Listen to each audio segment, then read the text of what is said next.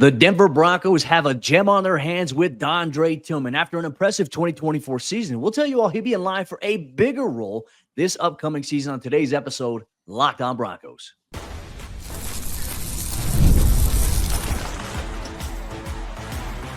You are Locked On Broncos, your daily Denver Broncos podcast. Part of the Locked On Podcast Network, your team every day. Broncos Country, what's happening? Welcome into another episode, Locked On Broncos, your daily Denver Broncos podcast. Part of the Locked On Podcast Network, where you know it is your team every day for all your favorite Broncos news, content, coverage, analysis, more. This is the place to be.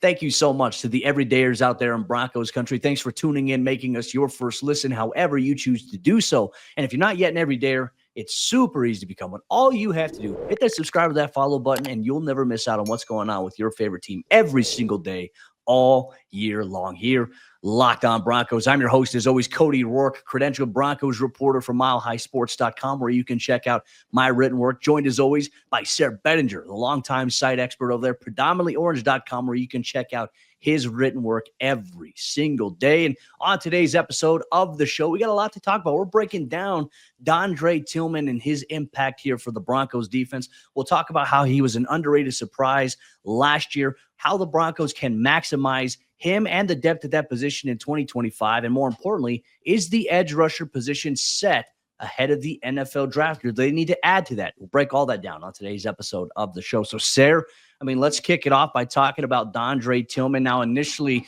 when the Broncos had signed him and invited him to the training camp roster last season, we knew him from the UFL, where he was a star player, really one of the bigger standouts defensively in that league, that we were talking about, hey, this could be a potential feeder league into the NFL. I think if you're looking at one guy to be a shining example of that, Dondrea Tillman was probably the most notable name.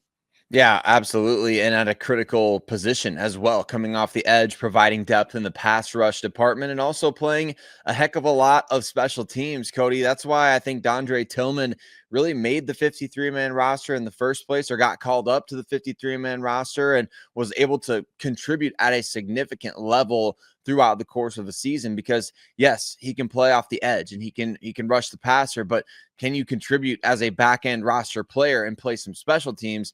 He very much did that last year for the Denver Broncos, playing 61% of the special teams.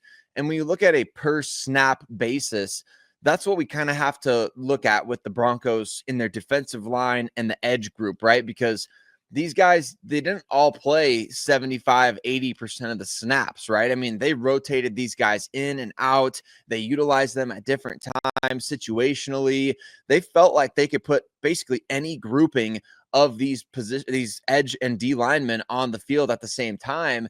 And Dondrea Tillman, they didn't miss a beat when he was out there. A lot of times you feel like, shoot, well, the backups are coming in, they're going to suffer in this way or that way.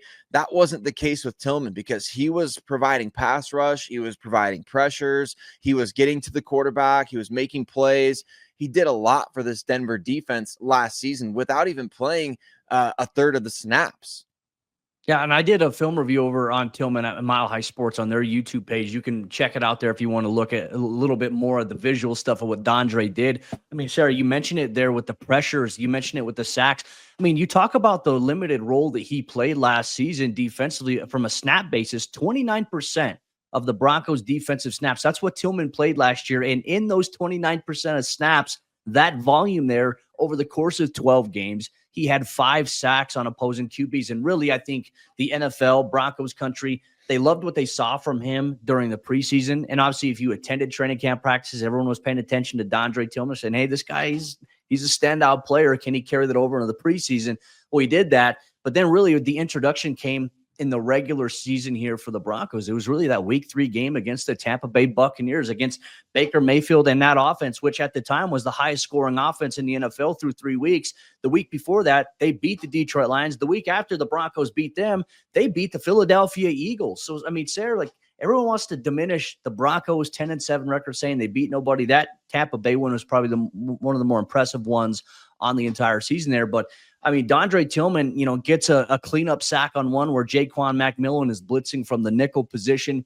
He cleans it up there. The Broncos made Baker Mayfield's life miserable. But then there was one where they were in the red zone. I think they were around the 10-yard line, somewhere along those lines.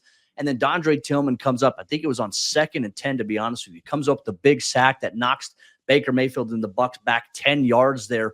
Everyone's like, wow, okay, hey, we want to see a little bit more of this Dondrea Tillman guy. And of course, throughout the entire season, he had moments where he had a big pressure, or he had a big run stop, or he had a big sack. He had a sack against Joe Burrow and the Cincinnati Bengals. He did a fantastic job stunting inside. He had one sack on Justin Herbert against the Los Angeles Chargers, where really he disrupted a screenplay that was meant for the running back. And obviously you want to see that film breakdown. Mile High Sports YouTube has that. But you talk about the impact that Dondrea Tillman had in this role.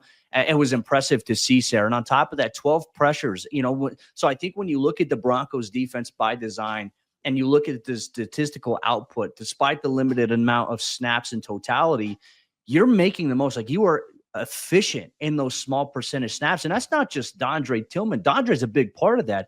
But man, Sayre, think about it and looking at it on paper last year. You have a rookie pass rusher and you have really an undrafted rookie free agent, Dondrea Tillman, that the Broncos are saying, hey, we're okay with these guys being our number 2 and number 4. I mean, our number 3, number 4 pass rushers, our second unit group behind Jonathon Cooper and Nick Bonitto. Like, that's a trust fall exercise right there. And those guys proved that you could trust them. And it just goes to show that you can't ever leave any stones unturned when it comes to trying to upgrade the roster. And of course, the UFL season is back underway again this year. And so the Broncos and every other team, they're going to be scouting those guys and seeing player development. How's it going? Guys, names that they recognize, guys that they've scouted in the past and said, hey, this guy has to improve this, that, and the other. You keep those guys in your back pocket and you never know what can happen. And Dondrea Tillman is a perfect example of that. And shoot, Cody, if you even doubled his snaps from last season, you're talking about 58% of the snaps, 10 sacks, 24 pressures. Like, those types of numbers would be incredible. And you can't extrapolate for every guy, but I feel like when you're looking at the progression, the natural progression of a player, you see somebody here who is ready to play a bigger role, maybe 40% of the defensive snaps this coming season, because he's a big guy. Remember the big point of discussion last year was, I think, at 270 plus pounds, we're all wondering, is he going to play defensive end? Is he going to slide inside and passing downs for the Broncos? Or is he actually going to play off the edge? Because there's such a huge variance between somebody like Nick Bonitto, who's very much built like a Von Miller type, 6'2", 6'3", 240, something like that. And then Dondrea Tillman, who's kind of like a stout type of edge player, almost like James Harrison-esque in that way, where he's just thick. There's so much variance in the way the Broncos can attack offensive lines with these guys, because they have such a good pass rush plan. They're physical, they're active, they like to win in different ways. Like, Tillman got his hands up in the passing lanes as well. So it's not just they're one-trick ponies out there doing, oh, this guy's our speed rusher, this guy's our power guy, No, Dondrea Tillman provides more variance for that defensive front, which is so exciting because he's still not done growing as a player. No, what was it? I think he was born 1998, so he was born 4 years after me. So, he's still a young pup. He's still developing, and this is a guy who, just watching and I had a chance a couple of times to tell him last year, really at the end of the season, said, hey, it was really fun watching you grow and develop. And he says, I'm very excited just for the opportunity to be able to be in the position I'm in. Like, he's a very humble dude, works so hard. Guys in that locker room, they love Dondrea Tillman. Guys that I've spoken to. So I think the Broncos have a nice little gem on their hands here with him. Certainly last year was a surprise. And I think this year it's, okay, what can he do even further? There's ways that we're obviously going to look into how the Broncos can maximize Tillman and the depth they have at that position here. But I also think we should probably hint on the fact that, for a guy like Tillman, he has an opportunity here to do a little bit more, not just as an outside linebacker. Sayre, the one thing I will say I noticed when watching the film of him last year, he is deceptively quick for a guy of his size. And it really, we talk about first step for outside linebackers. I'm talking about more so his second step in a sense, because a lot of the times where the Broncos used him and got home on quarterbacks in terms of sacks, they were on different stunt looks where, hey, you've got Zach Allen, who's really the focus that the offensive line is paying attention to. He's commanding a double team, and then it's leading to Dondrea coming inside, having a one-on-one where he is beating the offensive lineman, the offensive guard there, either with the speed move or with the power move. He's got a hybrid package in terms of his pass rush arsenal. I'm excited to see how that can maximize here in 2025. And Broncos Country, we're not done yet on today's episode of the show. We're going to dive deeper into how the Broncos can maximize and why Dondrea Tillman will be in line for more snaps here in 2025 here on today's episode, Locked On Broncos. Today's episode, Locked On Broncos, is brought to you by our friends over there at Chewy. And you've probably heard of Chewy. They really do have everything that you need to keep your pet happy and healthy, whether you're shopping for food, treats, or even pet health care. Chewy, they make it fast and easy and affordable to get your pet whatever they need delivered directly to your door. And they have over 100,000 products with all your favorite brands included in there. So Chewy, they've got everything your pet needs, from food, treats, toys, beds, grooming. And it's not just for dogs and cats. They've got stuff if you're a bird person, a fish person, reptiles, small pets. Chewy is going to make it easy to manage your pet's health with prescriptions, telehealth, vet visits, and even in-person vet clinics that roll out nationwide. So auto ship, also a game changer, right? You can set up automatic deliveries for your food, treats, or any essentials so that you never run out, and you can easily change or cancel it at any time. That's one thing I really like about Chewy. My fiance and I, we utilize it to get food for our pet, for our dog. So we never run out of food. She goes through canned food like you wouldn't believe. And we always have a new order delivered directly to our doorstep every week with Chewy's auto ship feature. And when we go out of town, it's easy for us to pause or to cancel that until we return. And Chewy's got everything you need to keep your pet happy and healthy. And right now, you can save $20 on your first order and get free shipping by going to chewy.com or clicking the link in the description if you're watching on YouTube. Save $20 on your first order with the free shipping and clicking the link in the description. Minimum purchase required, new customers only, terms and conditions apply. See site for complete details. Well, the Denver Broncos have a plethora of pass rush depth, maybe led by Dondrea Tillman, a breakout undrafted rookie who came from the UFL last year. But how can they maximize what he brings to the table? Can they get him more snaps this year? Because quite honestly, you've got some high-priced guys out there. Nick Bonitto going to get a big contract soon. Jonathon Cooper already got his contract extension. And then you also have Jonah Elliss factoring into the mix. So a lot of guys out there that need to get work. How do you get Dondrea Tillman the most work possible? We're going to talk about that on today's episode, Locked On Broncos and Broncos Country. Thanks so much for making us your first listen of the day every single day. We appreciate you all so much for tuning in. And if you haven't done so already, you know your boys, Cody and Sayre, will have you covered every single day. So hit subscribe wherever you listen or on YouTube.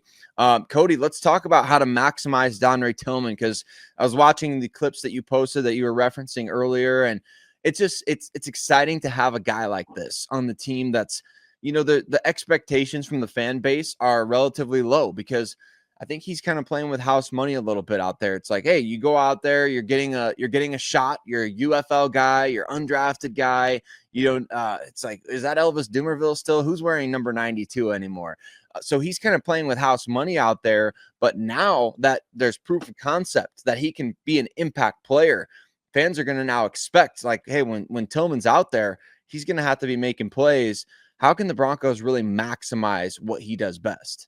Well, yeah, and look, you want to take advantage of him while he's an exclusive rights free agent. He signed his tender over the weekend. You know, you've had a guy like that on your roster for the last couple of years in the secondary, and Jaquan McMillan, right? And you've seen what you've been able to do. It's like, all right, hey, this guy with his journey as an undrafted guy comes through. You have some cost control when it comes to how you can pay him and manage him financially. Well, now you're getting a couple of guys that were really the undrafted rookie free agent path that have produced, that have become a little bit of a household name. Can Dondrea Tillman become more of a household name here in his second season in the NFL? I think it's possible, and here's how they can do it, Sayre. Look, we've talked about Jonathon Cooper, Nick Bonitto. Those are your solidified guys. I wouldn't be surprised if the Broncos come up with certain packages where maybe you have Nick Bonitto and Dondrea Tillman in on one series, right? Or Jonathon Cooper, Dondrea Tillman, right? Not just saying like, hey, you're going to start, but, you know, what does this do? Like, what kind of package is it? Is it a heavy package? You know, do you go to a penny front, maybe add an extra defensive lineman, and where maybe Dondrea can slide in as an extra defensive lineman in that situation while you still have Bonitto and Cooper on the outside. I think anything is on the table here. I think obviously an uptick in defensive snap percentage will definitely be key here for the Broncos. And with Jonah Elliss coming off of the shoulder injury, obviously he had shoulder surgery this offseason. How does that impact him? I think he's going to be ready to go for the team's voluntary offseason program, which begins here in a couple weeks for the Broncos. I think he'll be ready to roll for training camp here from what I have been told there. We'll continue to monitor that. But Dondrea Tillman now has a chance to kind of do a little bit more, right? If there's a pitch count here for Jonah Elliss, all right, we'll let Dondrea Tillman, get a lion's share of those bulks. But I think one thing we have to follow here, Sayre, that certainly could play out. Remember, as much as you and I have talked about John Franklin Myers and how he should be paid, this is a guy who wants to be paid, and he's made it very known publicly that he wants to be paid, and it kind of seems like there's been some frustration that he hasn't had a contract extension yet, and he's got every right to feel that way, 100%. But I was thinking about this as well when watching the Dondrea Tillman tape. We talked about his ability because of his size. Could he slide into some D-end at some point? If the Broncos run into any kind of snag here with a guy like JFM with, a contract situation, could Tillman maybe rotate and play there a little bit more and help out? I certainly think that's a possibility to look at here. Well, I think when you're talking about a guy who has this kind of pass rush talent, strength at the point of attack, I feel like anything is on the table, right? And because he's kind of done some of these things before, we saw on his tape at the UFL level, he's kind of sliding all around the defensive front, and they utilized him in that way. So it's not like it would be learning something new for him. It would be doing something different than he's done really as a Denver Bronco, but it's nothing new.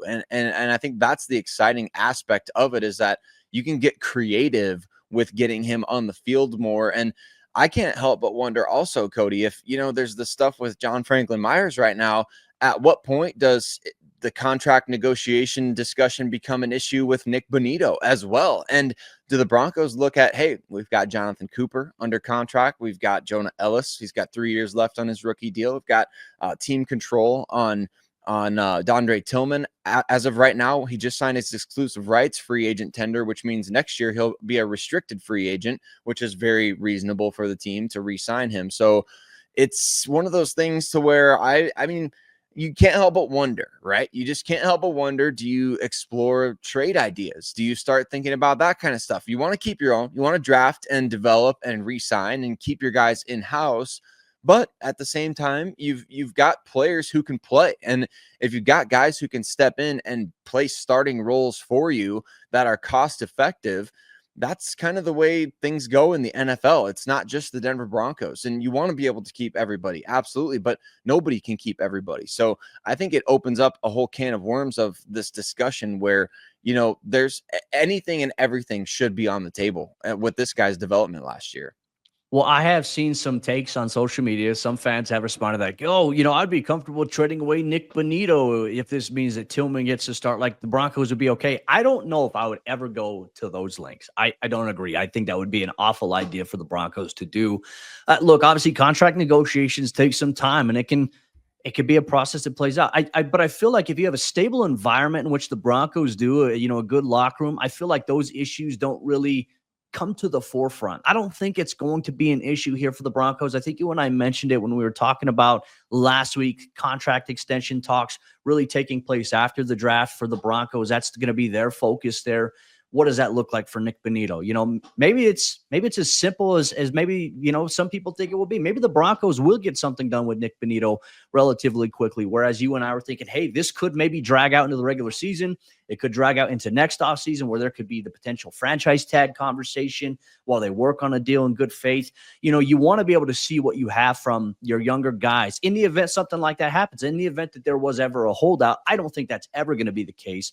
But, instances like Dondrea Tillman, Jonah Elliss, those guys, what they've demonstrated early on is a big sign here for like, hey, we're comfortable there. But what does Dondrea Tillman look like in a starting role? I mean, Sayre, we only have UFL tape to go off of in that kind of instance.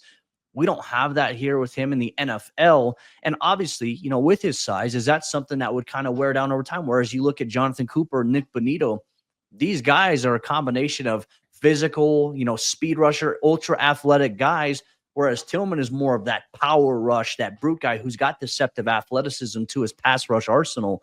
To me, I like the guys that you have. But if the Broncos lose, or like, due to an injury, a guy like Jonathan Cooper or Nick Bonitto, I don't know how I'd feel about the Broncos pass rush overall, because the volume of snaps for these guys will increase in terms of not coming off the field. How does that impact your rotation? Obviously, you'd have to maybe sign a guy from the practice squad to your active roster in that situation. What would these guys be able to do with a more expansive role? I think that's a question that we don't necessarily have the answer to, though we've seen the flashes here. So I think ultimately the Broncos, they're in a good position here with their pass rush depth with Jonathan Cooper, Nick Bonitto, Dondrea Tillman, and also Jonah Elliss, as well as those two guys are really preparing for their second year in the National Football League. But we also have to ask the question here, though, Broncos Country, is the position set at edge rusher for Denver going into 2025? I'll tell you what, I'm comfortable with who they have and why they have that. We'll see where Sayre's at here on today's episode, Locked On Broncos. Today's episode of Locked On Broncos is brought to you by our friends over there at FanDuel. And as you all know at FanDuel, they are America's #1 sportsbook. And the NBA playoffs, they are almost here. And FanDuel, they're giving new customers an incredible way to get in on the action. Because right now, when you join FanDuel and you place your first $5 bet, you'll get $250 in bonus bets if your bet wins. What I love about FanDuel, Cody, is how easy it is. Whether it's picking your favorite team, diving into player props, we know we're taking Kobe White 3-pointers and Josh Giddey assists as the Chicago Bulls finally approach this, the playoffs. And for the Nuggets, against the Lakers on Tuesday night, I mean, my goodness, is Jokic going to absolutely carry that team? Is he going to go for 60 again? So it's so easy to kind of find those things within FanDuel and bet on those things. And after the game tips off, you can even combine live prop bets into a same game parlay for the chance to win big. And don't miss out. Head over to FanDuel.com and claim your $250 in bonus bets today. The fourth quarter action of today's episode, Locked On Broncos, is here, and we're going to dive deeper into the Broncos edge rusher position heading into the 2025 NFL Draft. Is this a position the Broncos need to add to here in the draft, or are they comfortable with what they have? Plus, is there a practice squad gem maybe already on their hands? We'll debate and discuss that here on today's episode of the show. Real quick, I want to say thanks once again to the everydayers in Broncos Country. Thanks for tuning in and making us your first listen. This show is not what it is without the avid support of all of you in Broncos Country. So we appreciate you for taking time out of your day to interact with us, however you choose to do so here. Sayre, continuing on with this discussion, we've really highlighted Dondrea Tillman, really kind of asking the question here right now. Okay, when it comes to Nick Bonitto, Jonathan Cooper, Jonah Elliss, Dondrea Tillman, in your opinion, do you think the Broncos pass rush is set for next season? I think relatively so. Yes, I do. I think that they could go, if they had a game on Sunday this week, I think they'd be set, good to go, right? And you and I have talked about the possibility of adding another player, whether it's through the draft or free agency, where you can find veterans. I feel like Von Miller would be amenable to coming back on a reduced role, and I would still be very much in favor of that. That wasn't a prisoner of the moment kind of thing. I just think with the way, I think he played 279 snaps last year for the Buffalo Bills, had 5 or 6 sacks in that time frame. And it just feels right to bring him back to close out his careers. But he's not the only option, right? There's plenty of other veterans out there that could make sense on a short-term deal to provide some depth for you. You've already got guys who play special teams, though, Cody, right? I mean, we talked about it with Tillman, but Jonah Elliss also plays special teams, and Jonathan Cooper, good at it too when he's asked to play special teams. So there's guys that can do that stuff. I think you never say no in the NFL draft either when it comes to, hey, this guy's sitting on the board here and he's 6'5", 255 pounds and runs a 4.5 in the 40-yard dash. You think about those kind of guys, right? And you consider bringing them in. So I think that there's always something on the table when it comes to pass rushers. But for the Broncos, we know they like to find those diamonds in the rough too. So I wouldn't be surprised if it's a guy who maybe was super productive at the college level, didn't test very well in the pre-draft process, who comes in as a priority undrafted player, or maybe a veteran who's got some experience. Well, and the Broncos, I kind of teased it at the start of the segment here, talking about the Broncos could have a little bit of a practice squad gem on their hands as is. And I'm referencing KJ Cloyd. He's on the Broncos roster. He signed a futures contract after the offseason. He was one of those guys He signed on the Broncos practice squad in December. And this was something that, honestly, I don't ever remember seeing or like even noticing at practice. I didn't notice him, at this point. But at the end of the year, you walking through the hallways and you're seeing like scout team player of the week. You're seeing some of these things hung up on the walls about some of these players. I'm like, wait, who's KJ Cloyd? Like, I was like, wait, who is that guy? Then at the end of the season, you had a chance to see, he got the news that he was going to be signing a futures contract, right? This was at the end of the year where we got to go in the locker room kind of that final day, really after the playoff game.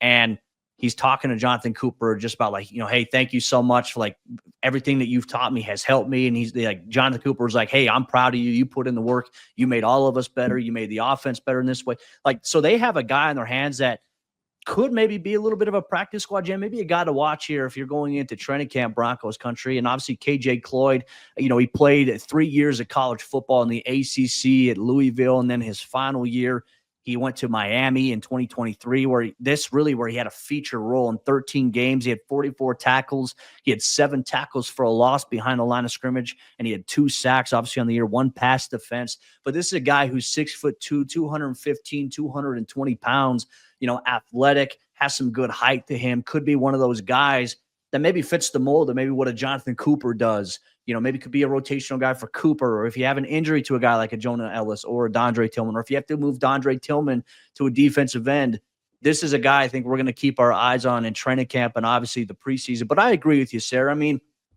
if you find a guy, like Denver's not in the need right now to draft a player that's going to come in 3 or 4 years from now and be a starter for you, right? I think the idea is if you're going to get a guy in the draft as a edge rusher, he's going to be a rotational guy. He's going to come in and compete. So that kind of tells me it's going to be taken off the table a little bit. This would more than likely be like a round 5, round 6 type of pick, not any of the earlier rounds that the Broncos may have here. Definitely wouldn't be, I think, a top 100 pick there for Denver. But also, I mean, yeah, I'm not opposed as well to Von Miller at this point still. Like, you want to bring in a guy, and obviously you set the clear-cut expectation that, hey, Von, you're here in Denver, obviously, your story, your former number 2 overall pick, your Super Bowl MVP here for this team years ago here.